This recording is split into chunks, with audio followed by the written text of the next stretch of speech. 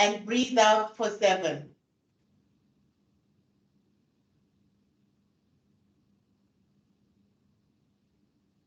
Shall we do it again? Breathe in for 5.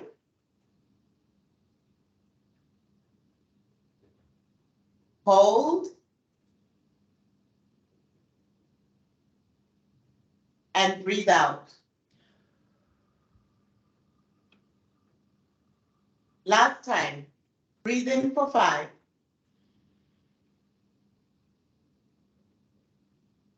Hold. And breathe out.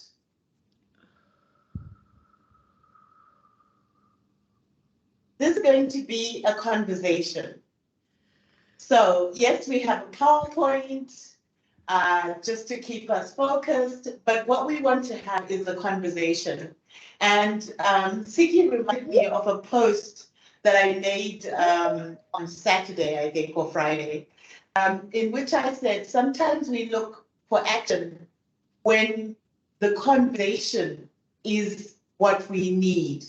So in this, we're having a conversation about what racism is.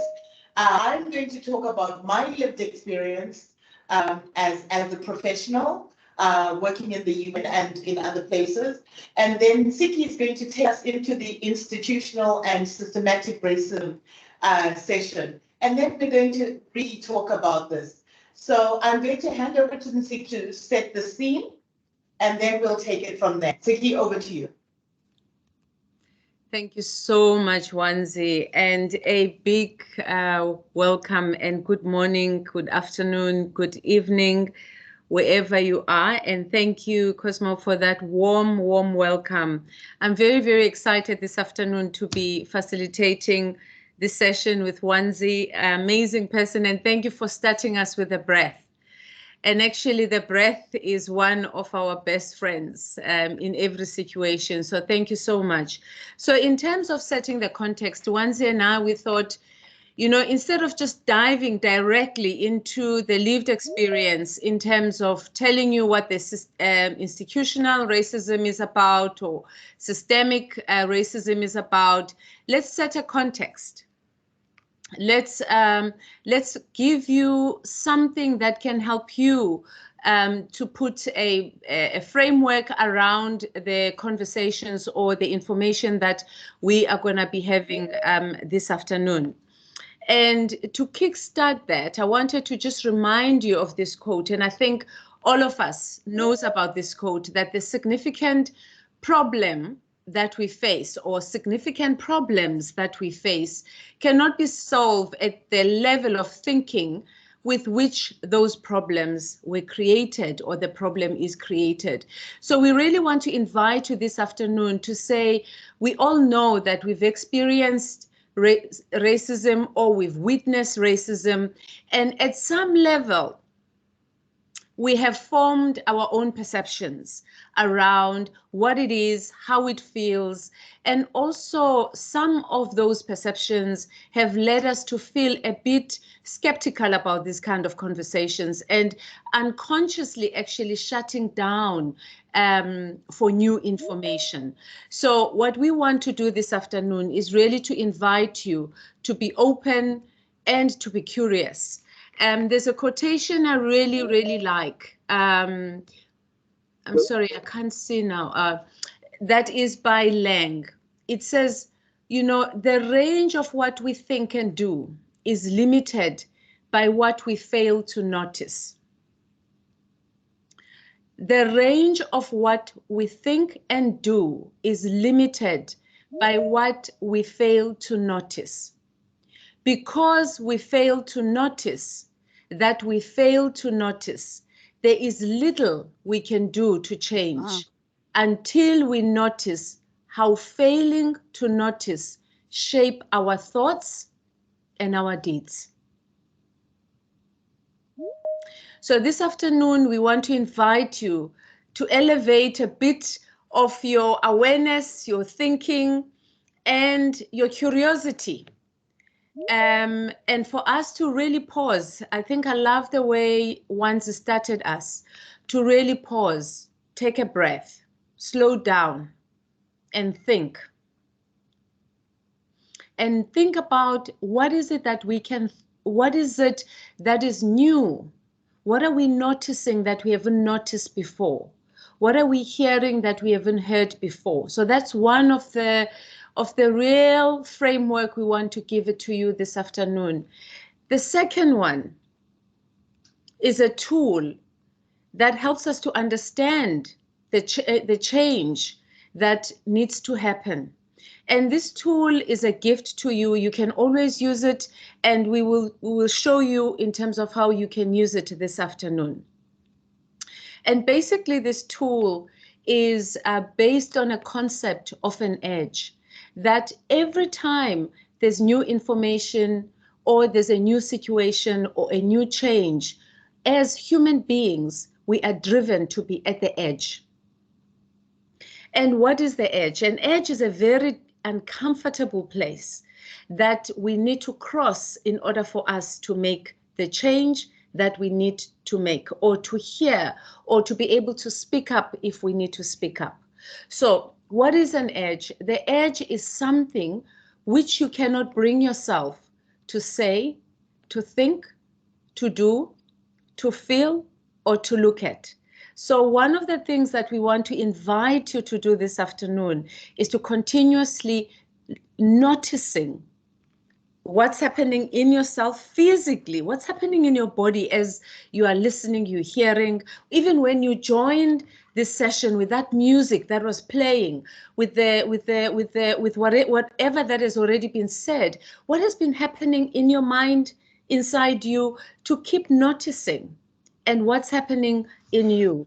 And the edge is really based on a model that was coined by Arnold Mindell. Arnold Mindell is a process psychologist who believes that change has got 3 places that we always have to track in terms of where we are and what we are doing. And this is the tool we want to offer you today. So we know what we know and what is comfortable. Wanza said something today that sometimes we prefer someone who is a racist because you know that behavior, you've seen it before, so you can handle it, you can deal with it. So that's a primary. We need to know where we are beginning. What are we sitting with? What kind of perceptions that we are sitting with?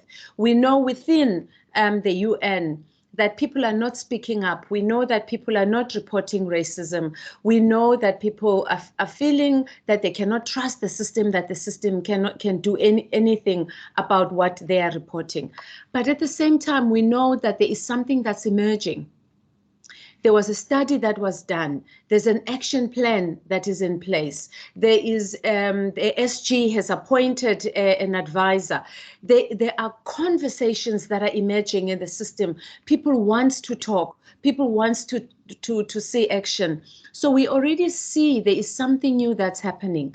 But at the same time, there is something that is happening here. There's an emotional response that is holding us from moving from what we know to what we want to see happening in the organization. So for us to be able to transform this and really make it a primary and be comfortable for us, we really need to understand what's happening on the edge. So what's edgy for us? And we want to practice that with you this afternoon.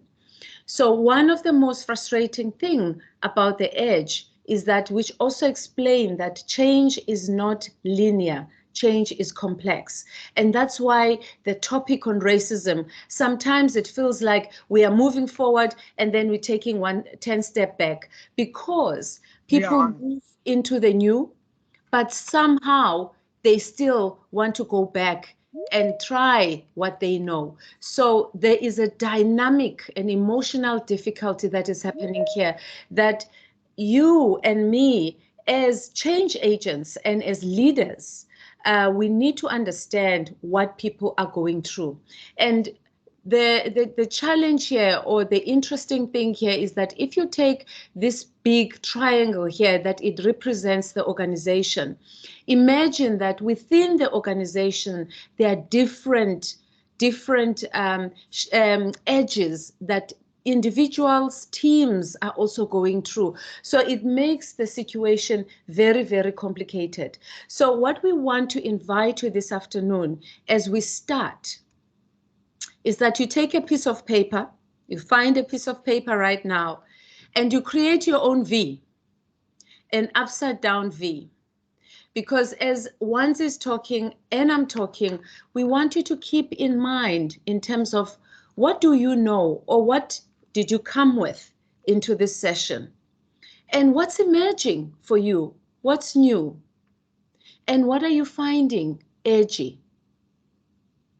And what brings us to the edge? Most of the time when we have to speak up, sometimes we never speak up. New experiences bring us to the edge. It's a very emotional place here. How do you know you are at the edge? You could have a pounding headache. You could start giggling. You could start feeling embarrassed. You could start feeling guilty. You could start feeling like you want to cry. And those are all the emotions that are happening at the edge. So we really want you to start thinking in that framework as we are presenting to you this afternoon. So with that, I am going to hand over to Wanzi.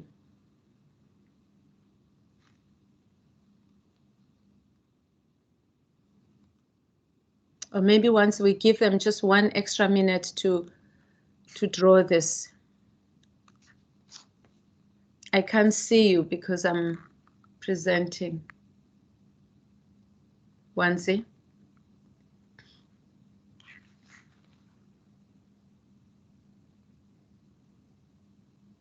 Sigi, may I comment?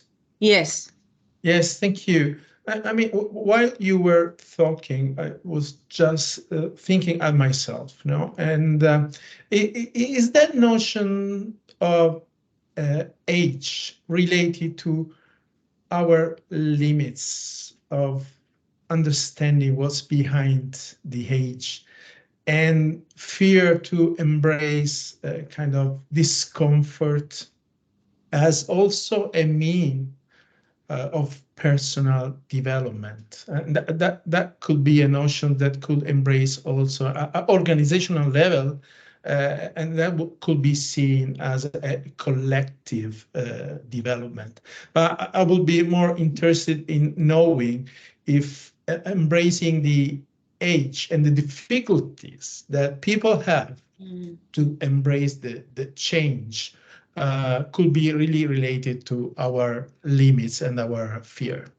Thank you. Absolutely. Well, thank you so much for that question. That's a brilliant question. So the edge is really absolutely, as you've put it, it's a place of self-awareness. It's a place of personal growth. And in most cases, we actually label it as resistance. And actually, it's not resistance. It's us being able to look beyond. Because if we go back into this diagram here, there is a lot of commitment and a lot of desire actually to move from the current to the new. However, we need to be able to cross this. So for us to be able to understand, to take a pause, slow down, and understand what's going on in the organization. What is it that the organization is actually finding difficult to change or to overcome, to confront? What is it? What is it that the individuals, and this is not only the people of non-color, it's people of color as well. Everybody is struggling with their own edges. Actually, one of our colleagues, as we were preparing for this session, she said something very profound because we asked a question and she said, I don't know how to answer that question because when I think about racism, I get embarrassed because I feel that most of the racism I have experienced, I have caused it for myself. So that's internalized racism. So what are the edge? So we started talking about what is the edge you need to cross and what are you experiencing? So there was embarrassment. I'm feeling embarrassed. There's shame that happens here. So it's for everybody. that actually we all have to find and understand what are the edge that we are experiencing. What are we finding edgy? What are you finding edgy even now with the conversation that we are having, even with this tool that I've put in front of you? And the nice thing, you can use this tool to track the change in your organization, in your team, where people are, what are they struggling with, and continuously to assist. Wanzi, are you? Thank you, Siki. Let's please move on to the next slide. Okay. The thing, and now that Siki has nicely put you in a situation where you're relaxed, I'm going to make you very uncomfortable. Next slide, please, Siki. The thing about racism, it hasn't moved, it's still, yeah. I would like, if you could click, Siki, on the LinkedIn post, please. This is, no, there's a post just in the slide above.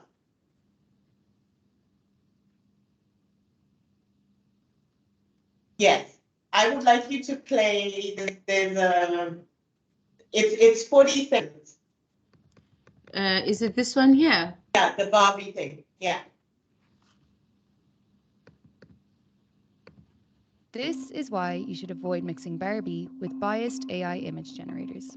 What does a typical prisoner look like? What about a lawyer, a nurse, a drug dealer? What about a fast food worker, a cleaner, a terrorist, or a CEO?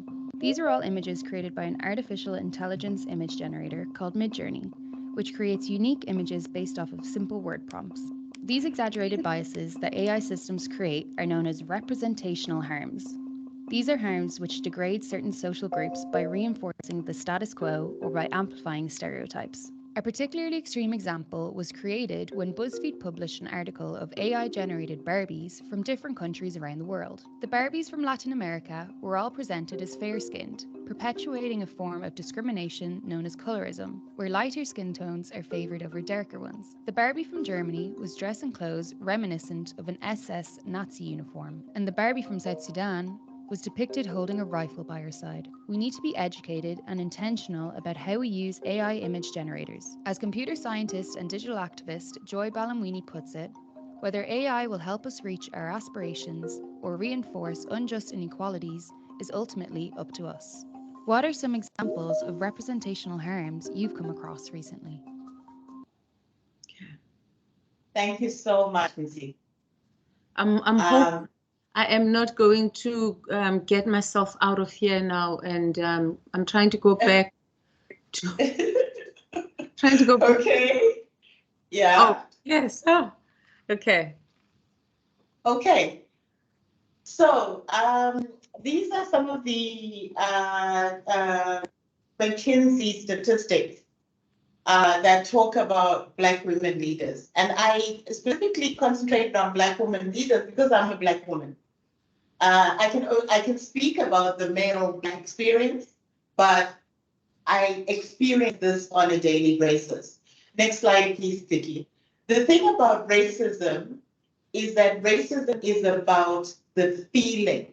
It's about feeling and the effect of that feeling. Vicky, next slide. It hasn't moved for me. Has it moved for other people out of the LinkedIn post? Yes. It hasn't moved. Okay. It's moved now? Sorry about that. It's actually gone. Yeah, it's gone. It's completely gone. Can you see it now? Yeah. Yes. Okay. So what happens is I'm just going to read. I did a survey when I was asked to speak about racism. And I did a survey in a number of places, one in FAO, one in Professionals Outside FAO. And one of the first sentences was, I was invisible. I was badly treated, sometimes publicly with shocking words and practices that put me beside myself. I was never put ahead, always invisible. The interesting thing about being a huge Black woman like me, I'm huge. I'm 6 foot. I'm a big girl. You can't miss me, but I have felt invisible.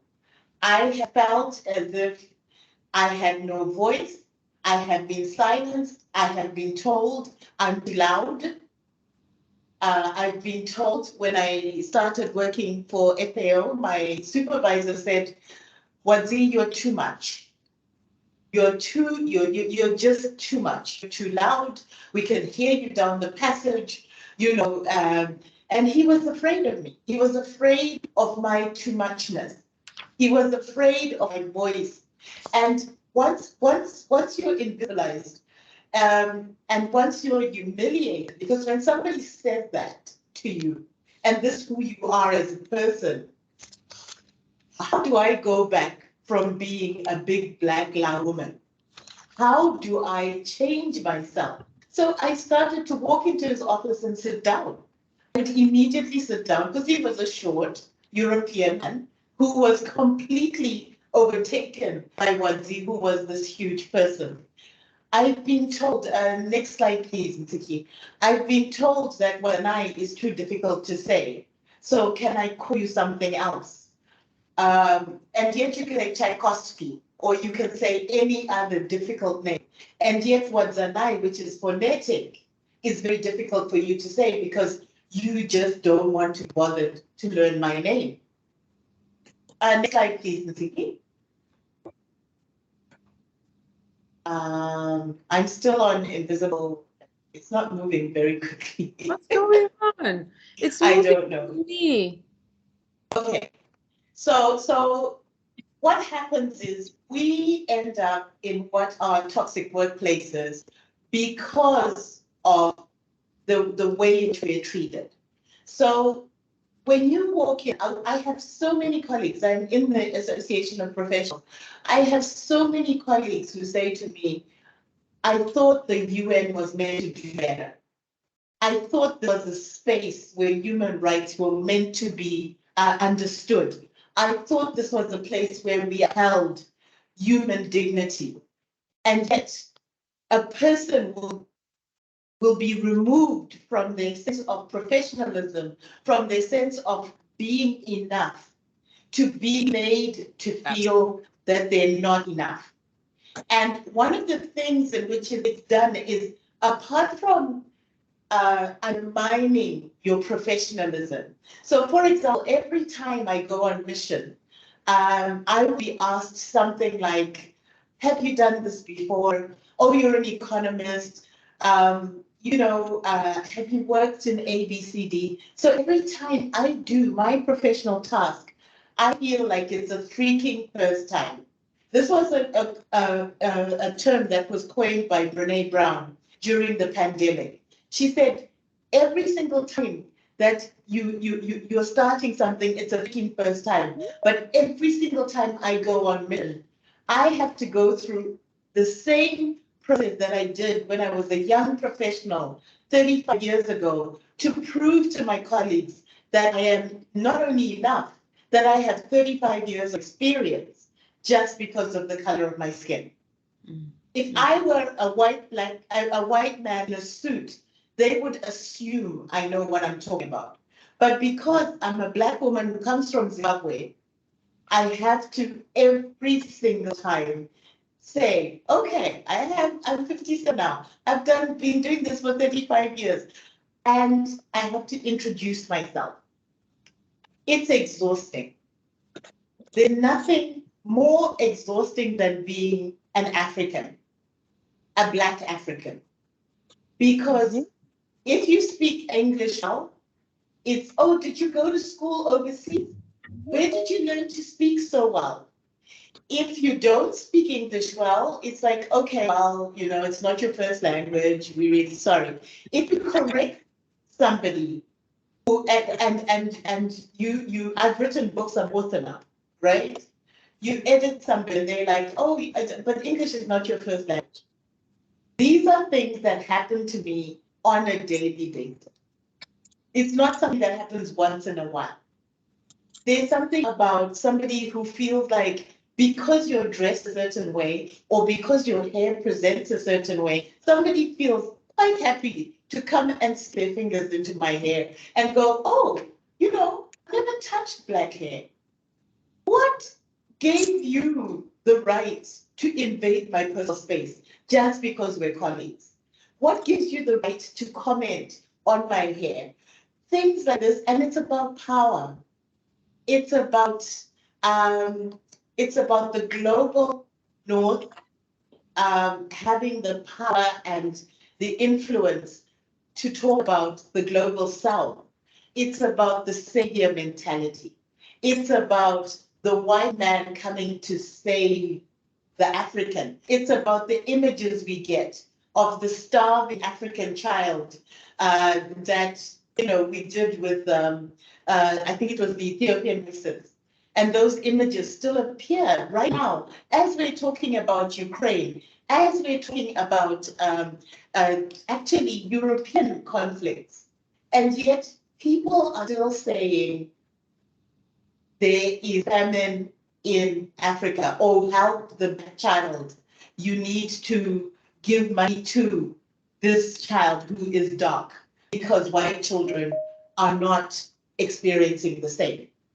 It diminishes us as people, and it contributes to the narrative that the South, the global South, needs salvation. It needs saving. It needs somebody to come and show it what to do. But it also contributes to the power dynamic, which we saw during the COVID pandemic, when the global North bought out the vaccines, and then in other countries that they didn't think were quite good enough, like the Russian vaccine or the Chinese vaccine, we were being told that if you're getting the Chinese vaccine in Zimbabwe, it's not good enough and you can't travel to Europe. You have to have Moderna or Pfizer or one of those vaccines.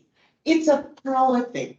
So what this does to one is, once you feel diminished, once you feel not enough, you start to get sick.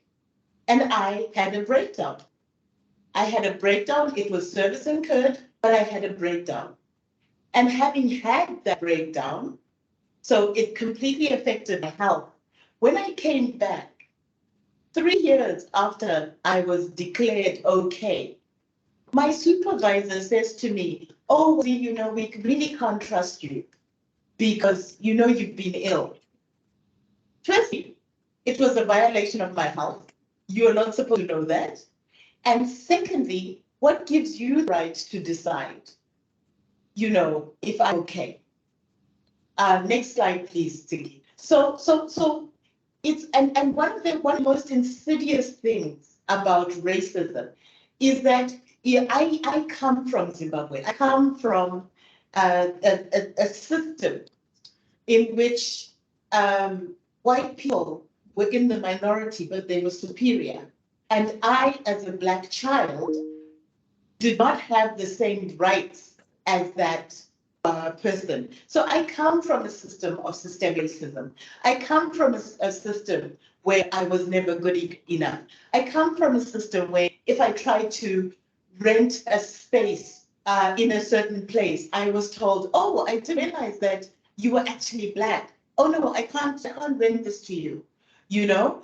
And these things all harm every single one of us because we lose capacity. If you are only hiring people who look like you or who are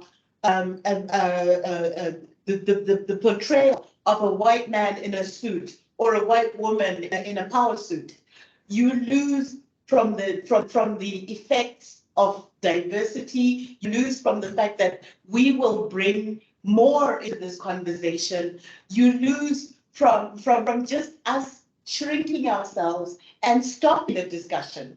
You lose from people just saying to themselves, I don't want to work there anymore. I'm going to go home. I'm going to grow my chickens. I feel so much more comfortable at home.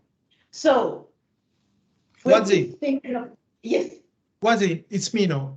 can I intervene? Because I have an observation which is related mostly to what you are saying, if I Yes. can. Yes, please. Thank you. Sorry to interrupt you, but I feel it's very related to what you're saying. And on the notion of representation harms, no, this lack of authenticity, this inaccurate, superficial representation of a certain group of people, which lead to biased perception on specific communities, which is also a missed opportunity for progress, I will say, without prolonging it too much. Do you foresee that this misrepresentation can also involve the appropriation of some of your cultural elements or cultural elements from marginalized groups that are without understanding or that they feel no respect? So if this is true, if the cultural appropriation of marginalized group of people is a danger, wouldn't this be a real danger to perpetuate harm and disrespect in future? That's the issue. I will use I will use the example of what can I use? Let me use the example of Kanye West and his ex-wife, right? When we talk about cultural appropriation. When we grew up, we were told that having a big was unattractive, right? And being a certain way with the small waist and then the curvy was unattractive because Barbie was the ideal. And suddenly, Kim Kardashian got butt fizz, right? And I'm using a very extreme example here. And she suddenly started to want to twerk. She suddenly started to want to do things which were culturally for us. Twerking is something we do culturally, but at a certain time for certain things. And suddenly it became this thing that it was a phenomenon, it was being done everywhere. It's the same thing I think has happened with tattooing and the Pacific. Tattooing for the Pacific tells a story. It tells a story, it's their totem in a lot of ways. And each tattoo is a story about their cultural life, their tradition, how they express themselves. And we took that and started to put tattoos. And you ask somebody, what does that tattoo mean to you? And they've tattooed themselves with some language that they got on the drunken beach in Bali. And they say, oh no, this is the sign for your faith or something like that. This sort of cultural appropriation, Cosimo, is depleting because it's not contextualized. I'm not saying do not tattoo yourself, but I'm saying that you need to understand the context in which tattoos were made by those people who use them as almost a spiritual experience. And you cannot take that spiritual experience and then convert it into a drunken night on a beach where I need a tattoo and then say, oh, I got faith, tattooed on my shoulder. Or the same thing that happened with yoga, where people would go on pilgrimages to India and then come and open a yoga studio in New York for high-paying, yogis. And become yourself a guru when this is not the context of that yoga. Now, I'm not saying that these are things that you should not do. I'm saying that people need to be cognizant. When you assimilate or take something from a certain situation, a certain marginalized group, if you take these things we make on the beach the cowrie shell that we use. If you take them out of the context of that cowrie shell and take them to a place where capitalism is fundamental, you are losing the spirit of what that meant to those people. And that is what cultural appropriation does. It's not that it's wrong. We are a community, we are a global system. But when you appropriate something, ensure that what you appropriated, you place in context for those people, and then utilize it in your context and contextualize your context for using and utilizing that thing. Cosimo took me a little aside. So let me go back to why we need to respect each other with the UN and respect them. Firstly, the first thing that I'm going to ask that anybody never say to someone of color is, I not see color. That is not true. Everybody sees color, especially at our age. You cannot say that you do not see color, because we can see the effects of color even in the composition of the heads of the UN. If you get a new head within the UN who is a minority, look at the way that thing is put in the paper. Look at how the Ukraine war, the BBC and the CNN spoke about the war in Ukraine by saying that these are people that should not be shown. These are images that we're used to from the Middle East and Africa. What exactly are you trying to say? That Middle East and Africa are the only places where war happens? That these are not images. This is blonde and blue-eyed. This is someone like me. Well, what about somebody like me who was also in Ukraine and was also refused safe passage, who was told to go back to their country because they couldn't go into the UK to be taken on as a refugee because they were not blonde and blue-eyed? So we really got to look at the effects of racism and how it translates in the language we use, how it translates in the images that are utilized to portray us and to portray the people of color. There's a story, and I'm ending with this. There's a story. My daughter went hiking, and she bruised her ankle. So I had to take her into the emergency room. We're in South Africa. I was livid. I was livid because I hate hospitals. I was stressed because my daughter was sick and we didn't know if her ankle was broken. And I sat there and I said to her, Black people don't hike, you know? I made it such a statement of fact. And she said to me, Mom, that is the most racist thing you can ever say, right? And it's true, because Black people do hike and they swim and they do all sorts of things. But because of the ingrained nature of what we've been taught or what we weren't allowed to do, it's not even that we were taught. We weren't allowed to do it in Zimbabwe.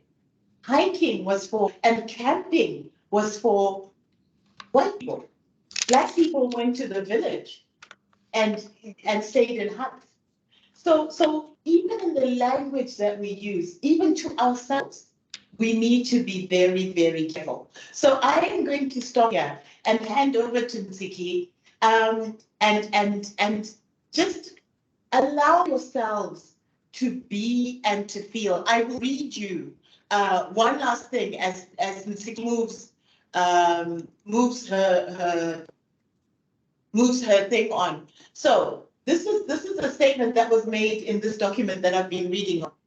Caucasians feel the need to prove their superiority, so they will walk into Black spaces and provide advice in inverted commas. If you're walking into my space, please respect the space as a guest. Most people of color are programmed to treat guests as people who are special. They will give up their own beds to ensure that a guest is comfortable. And generally, people of color understand the privilege of being given a special position in a home. It does not give one the right to provide feedback about the life of that family, no matter how well meant. I will end there. Thank you, Wanzi. Thank you so much. I'm going to invite us to take just 1 minute of reflection, of just taking in and applying the same mindset we started with, of slowing down, of taking time to notice, and just paying attention what's coming up for ourselves. So if you had drew that V, just think about, what are you becoming aware of?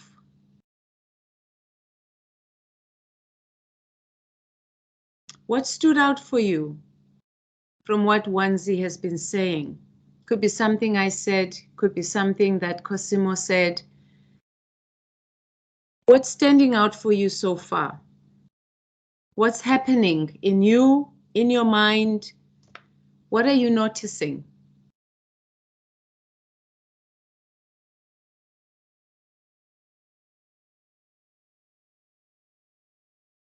So if you had found a piece of paper, just write something down and just reflect, journal a bit, and then we will continue.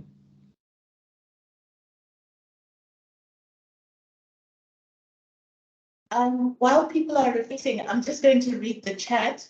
One of the Maso says, if I may, Black women's hairstyles, looks, features, and bodies have been demonized. But if a white woman displays or conveys these similar features, it is considered the standard. And this is what I was referring to about, you know, the Kim Kardashian, even the plumping of the lips, you know, because Black lips were seen as being, and remember that we used to be put in zoos. So it's really interesting, you know. I think I'm continuing, Ziki. I just wanted to make that point. Absolutely. And I think Paula is saying, thank you for sharing these experiences and how the many layers of racism manifest. It's so, so important. And I think we're going to be moving into that, because I think we need to really understand those layers of racism. Anybody wants to share just maybe 1 or 2 sharings in terms of what stood out for you?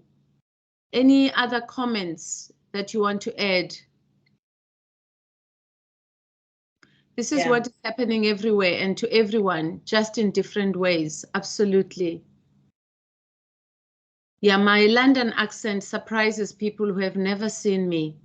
Absolutely. People always say, are you American? Are you British? And I'm like, I'm a South African.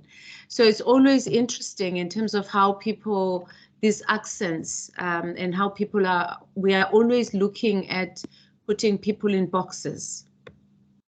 Well, let me tell you about accents, Siki. I'm always told I do not sound Zimbabwean. And I never understand that. And it's because the Shona have a very deep accent, a Shona accent, and then they have a different type of accent. So for me, it's generic. It's oh, are you really Zimbabwean? Because you do not sound Zimbabwean. And my question is always like, so what does Zimbabwean supposed to sound like? Absolutely. Right? Absolutely. Mark, I see you've come up and I'm not sure. Oh, yes, I see you've got a hand as well. You want to say something? You're muted, Mark. Yeah, you are still muted, Mark. There I am. There you go. Yeah, this has been a very, very good session. And I think for most of us of colour have always been recognising this as, you know, what has been happening. I mean, for the very first time when I joined the UN, my London accent, when I actually went to Joburg and I was down in Zimbabwe, the response, they were saying, oh, where's Mark Brown? And when the guy turned around and said, oh, he's standing right next to you. And they said, oh, we thought you were some tall white guy with grey hair. So they kind of boxed me. and it is difficult. And I think sometimes we ourselves are creating our problems because you have to look at both sides of the coin. We feel that sometimes that we're in a majority, we have to fit into a majority to get on with people. And I say that in the way that, for example, here in Italy, we should be dressing in Armani clothes and things like that. So just to kind of fit in. Yeah, that's kind of a, I know, kind of a quote. But the real part of it is that we tend to, and this is the thing that when I speak to people of color, my friends and everything, you know, we tend to want to straighten our hair. We want to we put whitening cream on because we're forced into this way of thinking, way of being. So what I'm trying to say here is that it's good that we have to sit back and actually look at actually what is going on and be proud of who we are. And because the environment we're working in, we should be proud that we're actually working in a multicultural, diverse environment, and we should never be scared of them. We should actually be able to speak up. I know I've got many situations where I have been discriminated against. There are people who I know who have been racist towards me in the way that they try not to show it, but they are. And at first, you're scared of your contract, you're scared of being ousted, you're scared of everything. But over time, you start to realize that if you approach it in a very kind of open manner to say, look, I know that you probably are, you've got some kind of, but what I'm trying to say, and I've had this kind of conversation, so this is how it went. So look, I understand where you're coming from. You probably feel threatened by me, who I am, different color. I'm well educated. Yes, I come from London, and these kind of things that will make you feel that way because I'm different. And that is the point: is that when we are faced with being with people who see us as being different, actually, it's just the way we were born, but doesn't make us any different than anybody else. So it's the way that we have to approach people, the way we talk about things. That this is my experience and the way I have to approach things in general, day in, day out. Absolutely. Great session. Thank you so much. And I like what you're starting to talk to. You're starting to talk about the intersectionality of racism in terms of being from Britain, being a man, being all of these things, and how do they all come together? How we look, beautiful, not beautiful, fat, not fat. All of these things and how people actually respond to us. And I see also in the chats of someone saying that, you know, they're being complimented on their language, but they're Indians, and someone is talking about the hair and mixed race. And all of these things, these are all the intersectionality of racism, and that we cannot only just look at one aspect, and that there are many aspects that actually makes the whole situation quite complex. Cosimo, I see you've got your hand up, and then I will move on to the other section. Thank you, Siki. You asked for what will you bring back after the session? If I can speak for myself, yes, I think I will go back home with the concept of undermining somebody's identity and self-esteem. So when we individuals, I've learned today that when individuals or communities do not see themselves, how can I say, accurately represented, no, in the media, that can lead to feeling of invisibility, marginalizations, and as I have learned, low self-esteem. People can even be brought to question their worth and value in the society if they are consistently underrepresented. So what I will bring back with me is the notions of self-esteem and undermining identity for individuals. So thank you, and thank you to Wodzi for pointing it out. And I'm sorry if I've not the same London accent as my friend Mark. And I want to apologize. This slides just keep sticking. I don't know what's going on. I think it's part of the difficulty of racism. I don't know what's going on. It's not allowing me to share. So if we look at institutional racism, what is institutional racism? And it's starting to talk on some of the points that you've raised today, is that it is based on the assumption that is unconscious. And you can see it's sitting somewhere in the place in our brain, but it's systemic. And the systemic of it is very, very important. I'm going to come back to that. And it is embedded in the procedures, in the policies and the beliefs and the practices that results in allowing and perpetuating inequitable treatment and discrimination of othering. And I think in all the messages I've just seen in the chat now and what Mark was talking to, there's always this inherent need to other. I've been at FAO for 25 years. You've been here for 2 years. You're from Africa. I'm from Europe. I'm black. You white. So there's always this othering that is always goes with the discrimination and always creating this unequal playing fields in our organizations. So this is very important, is that we will find the racism in the procedures, in the policies, but the fact that it is systemic, it creates a very interesting nuance that I'm going to come back to. So one of the things I really want to touch on, we cannot talk about institutional racism and systemic racism without actually reminding ourselves of other types of racism. So the institutional racism and the systemic racism is based on structural racism. And this is what's happening in the society. It goes back into the colonialization or colonialism or of Africa. And it's very interesting. I was listening to somebody who was talking about the immigrants in Europe, and she made a statement. She says, "We are here because you were there." And so there is all this impact in terms of what happened during those times, slavery.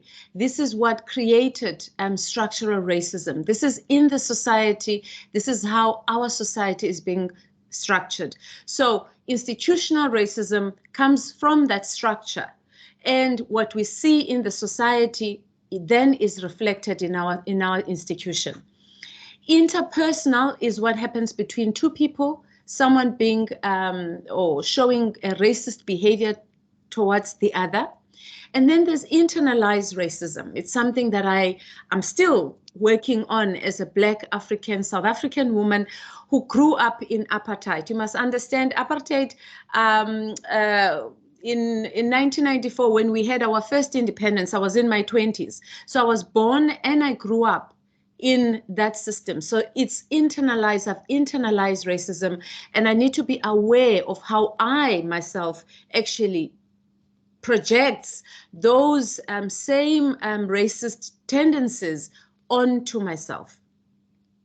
So this is where now systemic racism comes in, because systemic racism is the flow in the practices and the policies and the procedures, the belief system, the attitudes and the behavior from one organizational process to another, and the organizational culture that supports that racial arrangement. And that's why systemic racism, it's very, very, very powerful, because I call it's the oxygen that keeps all of these types of racism alive.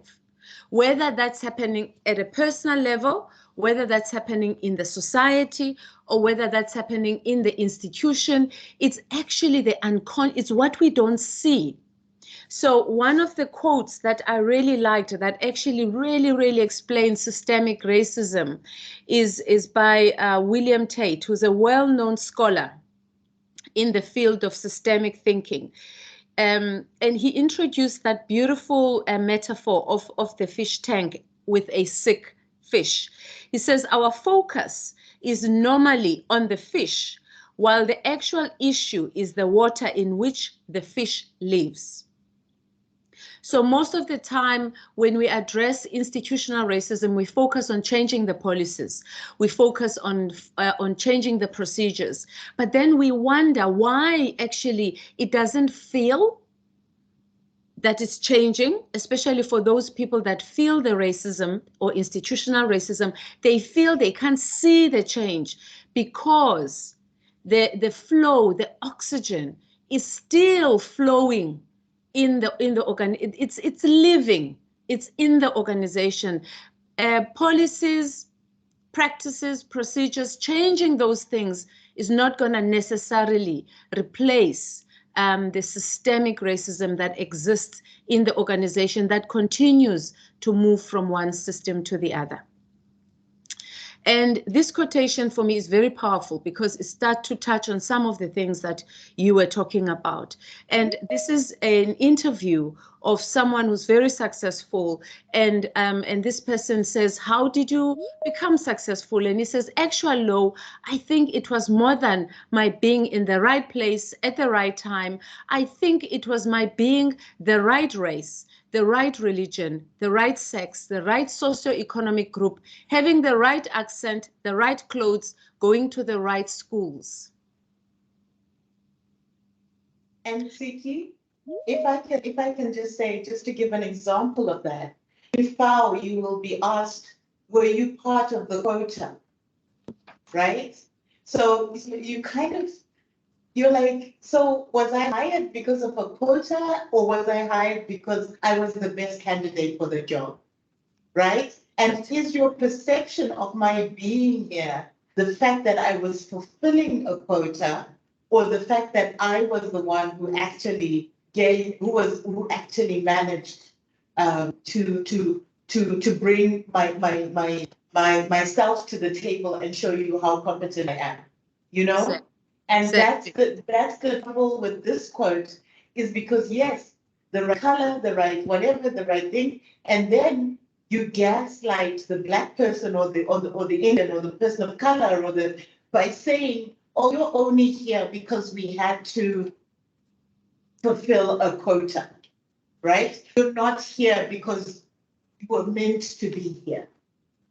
And the other side of the coin to that gentleman who's sitting on that chair could also have a backlash and said, you know what, it's not all of those things. I also work hard to be where I am.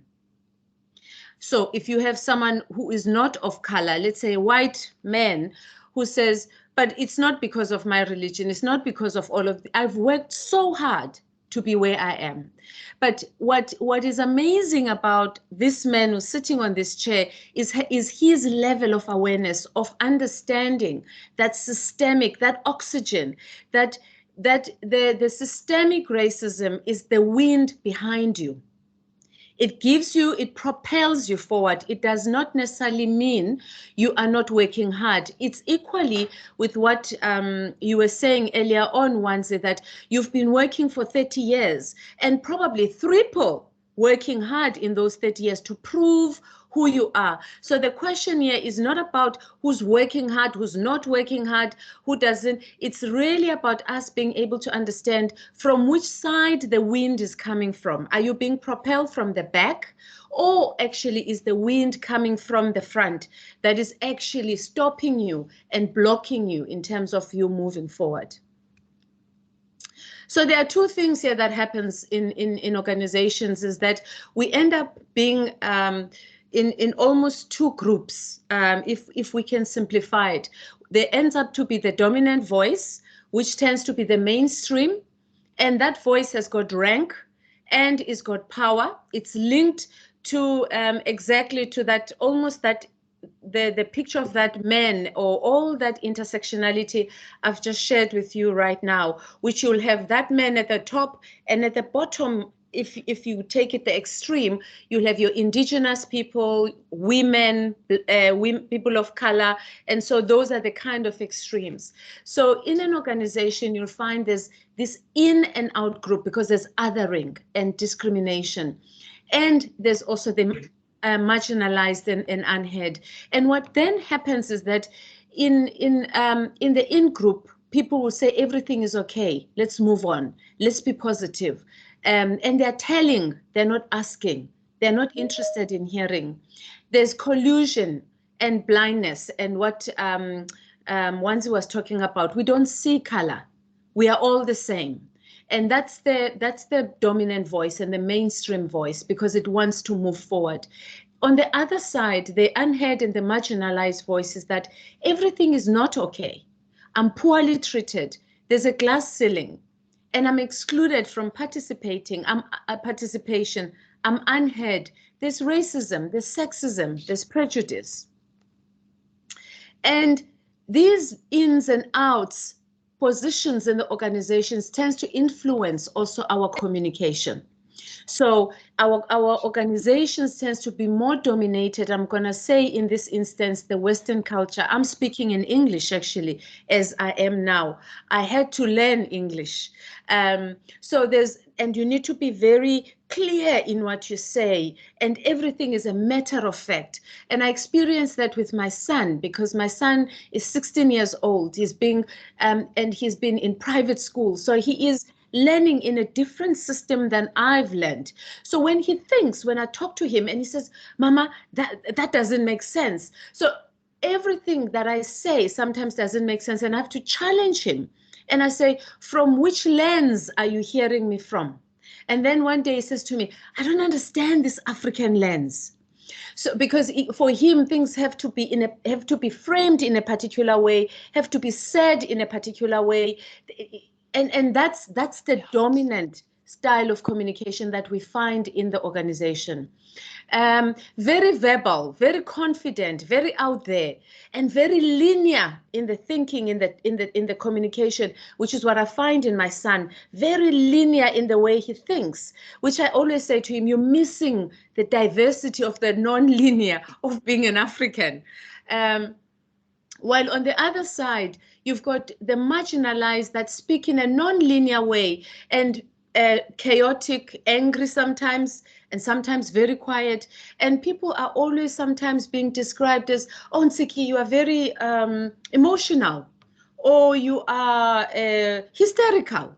But we don't understand what you're saying. You're not explaining yourself very well.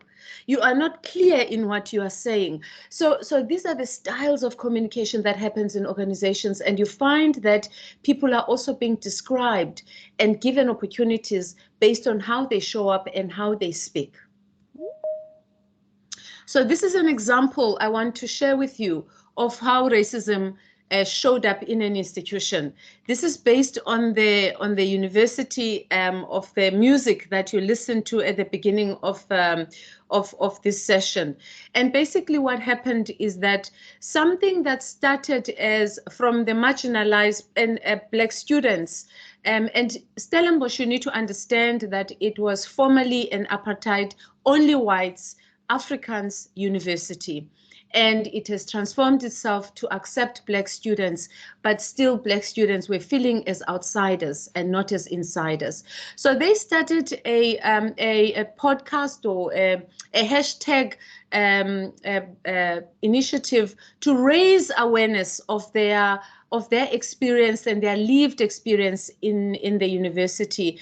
And it started with a student just sharing how it felt for him when he was walking with his friends at night back from where they were coming from, and somehow he lagged back a little bit from his white friends, and the security didn't ask the white friends the ID to enter the university, but stopped him and asked him. And there were several of these examples of showing the lived experiences in the university. And then, and it was called Luister. Luister means listening, which is in Afrikaans.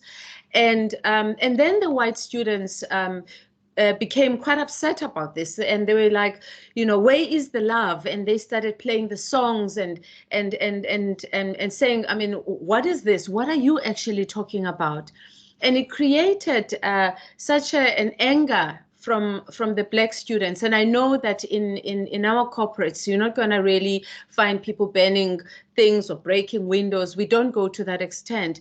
I think what happens in our organization is that people pull in, they get quiet, they withdraw, they disengage, they don't perform, or they leave the organization. In this instance, the Black students actually, it became quite violent. And also the backlash from the white student also became stronger in terms of where is the love, and really silencing the Black pain and not being aware of the rank and the privilege that they actually held. And at the time, it was Professor Vem who was the chancellor.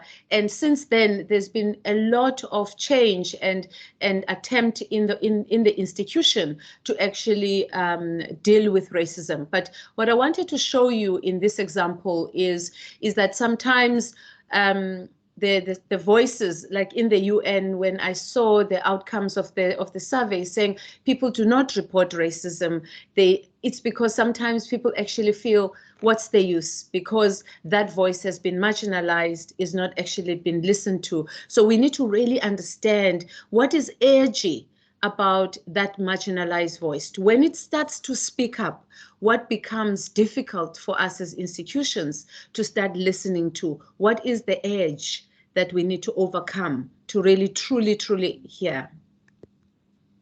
So I'm going to stop here and really invite you to go back again, to just take a few minutes to say, what are you finding comfortable about racism or institutional and systemic racism?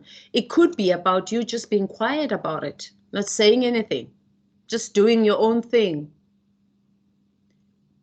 And what's emerging for you now that you've listened to this conversation, you've been part of this conversation? What's edgy for you? What are your edges? What do you need to confront? And I think, Sigi, just reflecting on this, is also the fact that because we've suffered the trauma of racism, right? You and I come from where racism was extreme, right? Where it was systematized to the point where my parents needed a pass to pass from the township into the city center, and they could only do it at a certain time. There was a curfew. Black people had to leave the city center in Harare from 6 p.m. to 6 a.m. We're not allowed in the city center because it was a white space. So what people need to understand as well, people like us who come from this extreme kind of growing up, you know, I mean, Zimbabwe gained independence in 1980. I was 16, right? So 16 of my years were lived in this situation, and my parents were brought up in this, and my grandparents were brought up in this. So you know, you carry this burden, and so my life is based on a race lens, right? My first imagine that person is saying that they're racist, right? And if that person is a different color to me, it's even worse, right? Because I feel attacked. I go back to that space as a child where I was not enough, where I was a second class citizen, where I didn't fit in spaces. So the same thing when my supervisor was saying to me, "You are too loud," you know, and again, you're an angry Black woman. You cannot have a conversation in a low linear manner in the way that European converse, because you're so loud, you know. Yeah. And this is something that I think when reflecting on the edge is something that we need to reflect on as well. You know, I love reading about communication. And yes, when you write an email a certain way and you put it in a linear way, you're better understood than if you write it in the way that you would translate from your mother tongue. And how sad is that our mother tongue becomes the business language because we have to speak English. So we then create a situation where I'm saying to my children, it's easier for me to speak to you in English so that you can compete in this world. And so English becomes my mother tongue for my children as opposed to Shona. Exactly. And the creativity and the diversity, the true diversity that our organizations are really missing out in honoring the different ways of doing things and different ways of looking. And I think one of the things that you're making me think about, Wanzi, is that, you know, we've been so trained in a particular format of problem solving, which is mainly dominated by cause and effect. So for us, we always look at what is the cause, what is the effect, what do I need to fix? So we always approach these problems from a technical point of view. And I think sometimes by addressing the diversity and inclusion, we take that lens because that's a lens of addressing something that's complicated. Race is complex. It doesn't have a cause and the effect because there are so many dynamics. And when we approach a complex thing, we have to have a systemic approach, because in a systemic approach, you have to look at the relationships between things. Because race or racism, it's actually a time spirit. So it actually, and it keeps coming up and popping up in different formats because it evolves. It's so defended. It's got strong defense mechanisms. So we cannot address racism at the level of cause and effect. We have to go deeper than that and start to look at a more systemic, at a more unconscious level to really start to address and dismantle racism in our institutions. I want to bring in some other voices. So what is an edge for you? What is that which you cannot bring yourself to say, to think, to do, to feel, and to look at? Let's bring in some more voices, some more. Maybe an edge for you today is actually to say something in these conversations. And maybe you need to cross that edge and actually say something. Is it okay? Is it okay to come out of this mode so that I can see people? I'm sorry, I'm not able to see people as they speak. Before you speak, Cosmo, I want to just give someone else who hasn't had a chance to speak just an opportunity to see maybe there's someone else out there who wants to cross an edge and say something. Please, please. Just a few seconds.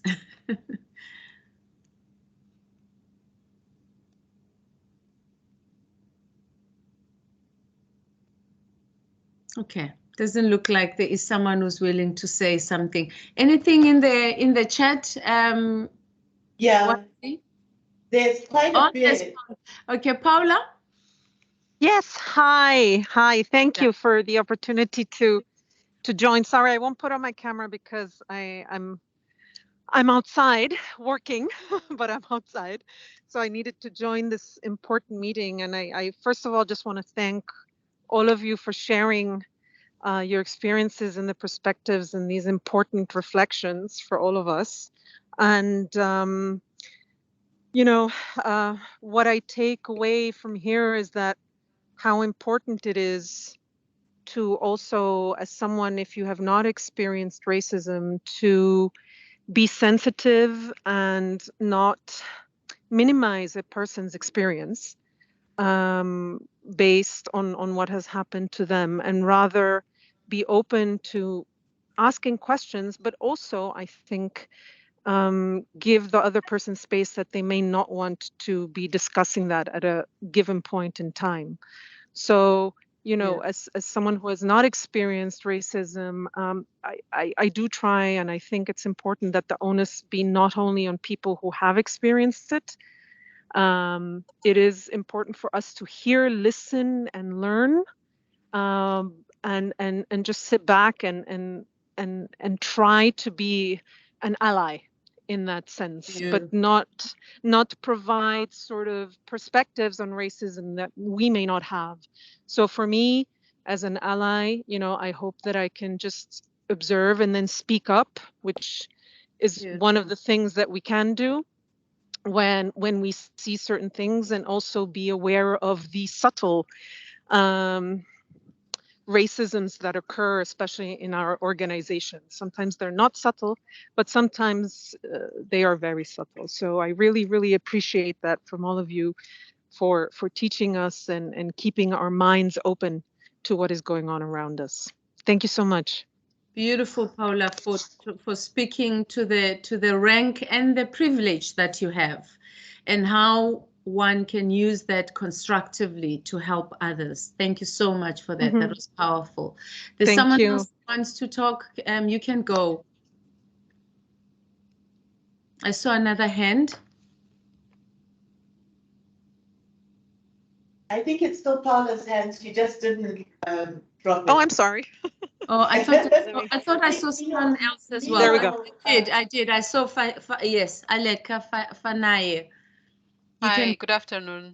Thank you very much for organizing this, and I have already put some thoughts on the chat, but I just want to ask one more question, because for me, I have observed in this international organizations that I have been around, the problem is not only, you know, with people that you work with immediately, but sometimes it could be the senior management and upper management, where they have problems themselves and they do not maybe think that that's racism.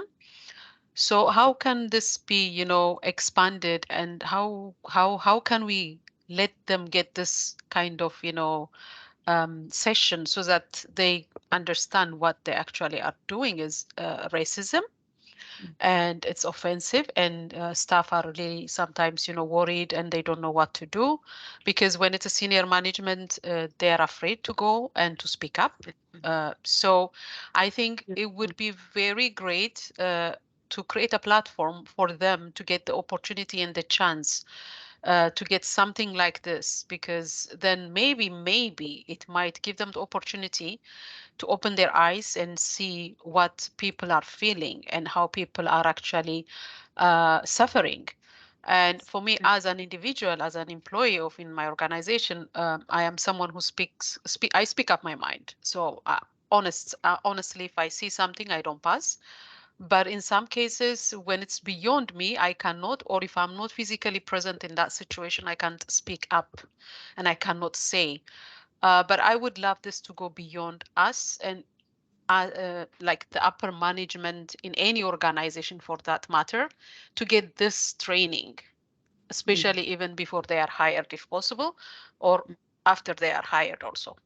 It's very important, because for some of them, they come from different cultures, backgrounds, different way of thinking, and they do not understand at all what they are doing is actually racism, discrimination, you know, marginalizing. So for this to happen, I don't know, we need your help. Thank you. Yeah. Thank you. I think for me, what I'm gonna do, is it Aleka? Aleka, is that the surname or the name of the name? That's my last name. Okay, Fanaye. So for me, I'm really gonna throw it back to everybody on the call to say, today really is what Wanzi was talking about, is that we're having a conversation, but that conversation might want some form of action. But we want to invite you to spend time just thinking, noticing, because the answer is already here, and you know the answer. So I think for me, there's a need to really just take in what you've received today. The sense we wanted to leave with you is chewing the cud. For me, there's something about the cows just chewing back and chewing back and chewing back. And that's what we want to invite you, is to take this information, think over it. How could you take it forward in your organization? How could you take it forward in you? And I'm sure Wanzi might also have some solutions, but I totally agree with you, Fanai, that it has to start from the top and it needs to filter down, because it touches on that flow, on the oxygen. And leaders are the ones that create the organizational culture. And if they don't change, the organizational culture is not going to change. That oxygen is not going to change. But the answer is here. So I'm not going to offer an answer in a way, if that's okay. But happy to chat at some other time. But I think today is really just to think this through. Just want to say, Mino, you have to stop us because I've got another session I have to facilitate. Yes. Really, but really. what I wanted to say, it starts with us. It starts with understanding. It starts with conversations. Over to you, Mino. Thank you, Wazi. I was just there to stop you. We have learned as this institutional racism requires us to recognize even historical injustice. I will say, no, and working all together to kind of dismantle the structural barriers that have perpetuated racial inequalities. This is a huge goal. This is not for this session, as we were saying. Maybe with the next section, we could start to provide solutions, or at least to start to understand how can we be more effective. So with this, we conclude this session today. And I want to extend my heartfelt thanks to our facilitators, Wazi and Tsiki, for guiding us through the discussion. It was not an easy task. It's such a complex and sensitive topic, but your dedication, your expertise, I think it is there. It's clear to everybody, and I have made this a truly fantastic experience. Now, as we were saying, we just started to raise awareness, to fostering understanding, and maybe exploring ways to combat racism in our society, in our organizations.